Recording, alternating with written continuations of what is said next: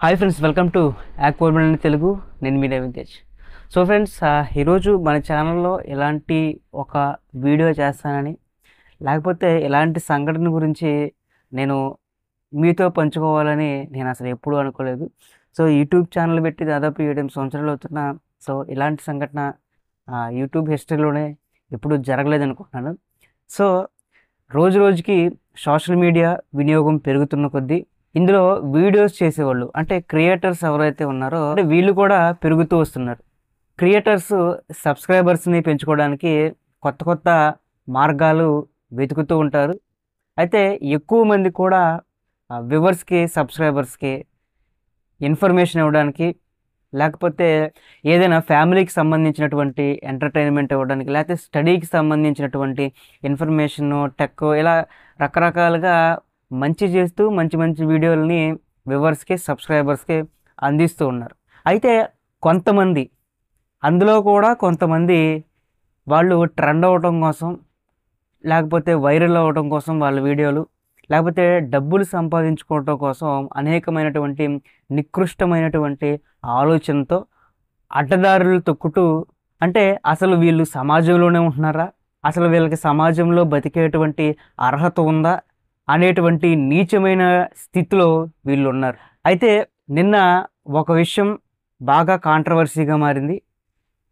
2 తెలుగు రాష్ట్రాల్లో కూడా సంచలనం రేపింది ఈ యొక్క విషయం. యూట్యూబర్ అంటే సమాజంలో యూట్యూబ్ ఛానల్స్ కానీ, యూట్యూబర్స్కి కానీ చిన్న చూపు చూస్తున్నారు. అలాంటి తరుణంలో వీడు చేసినటువంటి ఈ వెధవ పనికి టోటల్గా యావత్తు యూట్యూబ్ క్రియేటర్స్ అందరూ కూడా తల వంచుకునే విధంగా, తలవంపులు తెచ్చే విధంగా చేశాడు. పనిమంతులు అనే ఒక యూట్యూబరు బంధాలు, బాంధవ్యాలు, వావి వరుసలు ఏమీ లేకుండా నీచమైన మాటలు మాట్లాడుతూ, వారిపై డార్క్ కామెడీ చేస్తూ సభ్య సమాజాన్ని తల వంచుకునేలాగా చేశాడు. వీడు చేసిన పని ఏంటంటే దాదాపుగా మీ అందరికీ తెలిసే ఉంటుంది. అసలు వీడి గురించి కూడా నాకు తెలియదు. నిన్న కాంట్రవర్సీ అయ్యే వరకు మన సబ్స్క్రైబర్లో కొంతమంది నాతో చెప్పేంత వరకు కూడా అసలు వీడు ఒకడు ఉన్నాడనే విషయం కూడా తెలియదు. అసలు ఇలాంటి కంటెంట్ చేస్తారా అని కూడా నాకు తెలీదు.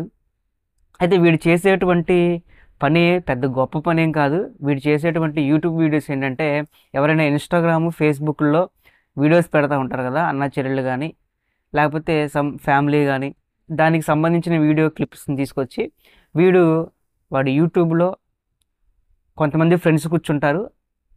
ఆ యొక్క వీడియోలని అక్కడ ప్రజెంట్ చేస్తూ వారిపైన వికృతమైనటువంటి మాటలు మాట్లాడుతూ, వారిపైన ట్రోలింగ్స్ చేస్తూ, అంటే ఎదుటివాడు కించపరిచే విధంగా ట్రోల్స్ చేస్తూ ఇలా చేయటం వీడియోస్.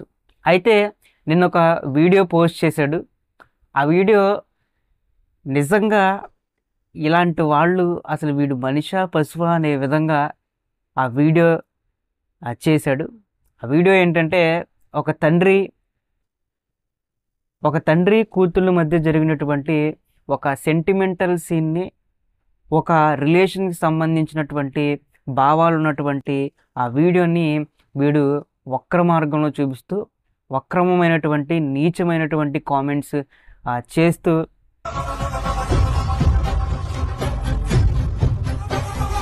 సో నేను అక్కడ వరకు చూసి లైక్ కొట్టా,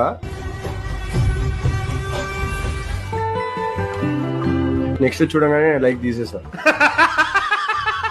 He went from hi daddy to hi nana. He went from pedo nana to పెదనాన్న. బ్రో, ఆ ఫాదర్ ఆ డాటర్ కి ఏ రైమ్ చెప్తూ ఉండడానికి బాగా ఇష్టపడతాడు. Open your mouth. లేదు, it will be more like open your mouth. నేనేమనుకుంటున్నాను, ఏం చెప్పొచ్చు అంటే, he went from his mother to his daughter చేశాడు.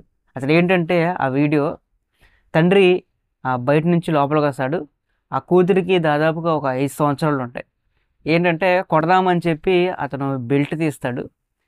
అయితే కొంచెం దగ్గరికి వెళ్ళేపాటికి ఆ బెల్ట్ని ఉయ్యాల్లాగా పెట్టి ఆ కూతుర్ని అలా ఊపుతూ ఉంటాడు అనమాట. అది అక్కడ ఆ వీడియో చూసిన వాళ్ళకి ఎవరికైనా కూడా ఒక సెంటిమెంటల్గా, ఒక భావం సంబంధించినటువంటి, హృదయానికి సంబంధించినటువంటి వీడియో, అది కొంచెం ఎమోషనల్ అవుతాం.